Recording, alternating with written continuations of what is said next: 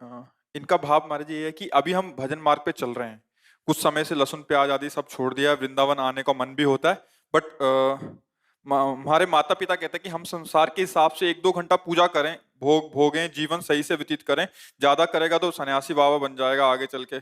तो मतलब इनका ऐसा नहीं, ऐसा तो नहीं कि सन्यासी बाबा जी बन जाएगा, पर एक बहुत अच्छे गृहस्थ बन जाओगे। एक बहुत अच्छे गृहस्थ। देखो, वही माता पिता, परिणाम देखो, हम तुम्हें बता रहे हैं, बहुत मेहनत करके अपने बच्चे को पालते पोसते हैं, बड़ा करते हैं, पढ़ा लिखा करके उसको अपने जीवन के पूरे अमूल्य श्वासों को उसके लिए। और अब वो बच्चा कभी शास्त्र नहीं पढ़ा, कभी सत्संग नहीं सुना, अब वो भोगों में इतना प्रवृत्त हो गया कि उसको बूढ़े माता पिता जहर लगने लगे। तो कौन टट्टी उठाएगा इनकी?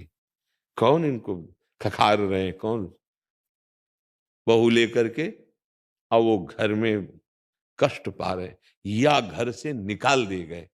ए, भक्ति जरूरी है, शास्त्र स्वाध्याय जरूरी।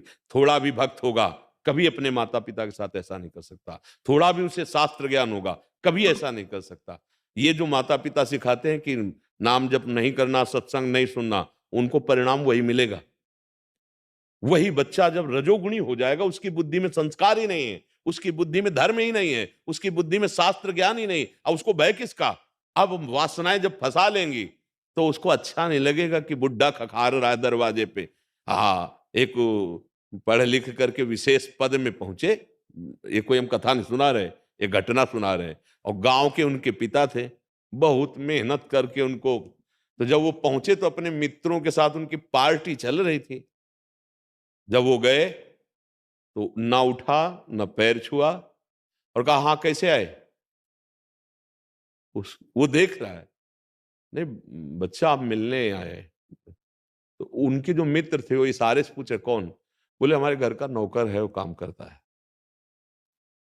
वो देखे, ऐसे हुए और वापस आ गए।